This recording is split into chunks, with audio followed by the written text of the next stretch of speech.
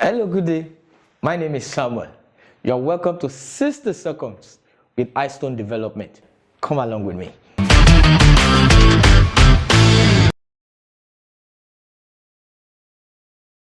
Number one, the viability of the property.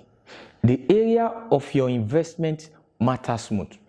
In most cases, return on investment is between 5 to 30%, which happens to talk about the area where you are making your investments.